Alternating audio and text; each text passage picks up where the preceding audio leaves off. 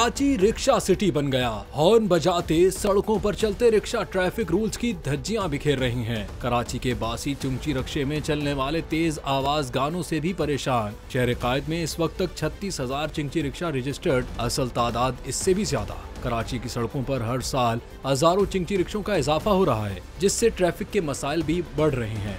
इस वक्त शहर में 36,000 से जायद रजिस्टर्ड चिंची रिक्शे मौजूद हैं, जबकि ट्रांसपोर्ट जराए बताते हैं कि असल तादाद इससे कहीं ज्यादा है। ये चिंची रिक्शे एक गैर कानूनी मगर मुनज़्ज़म निज़ाम के तहत चल रहे हैं।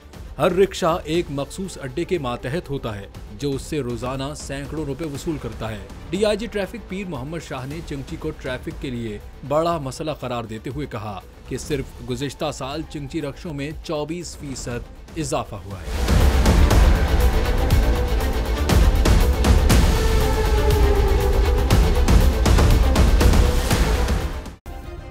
सब्सक्राइब करें और बेल दबाएं ताकि कोई खबर रह न जाए।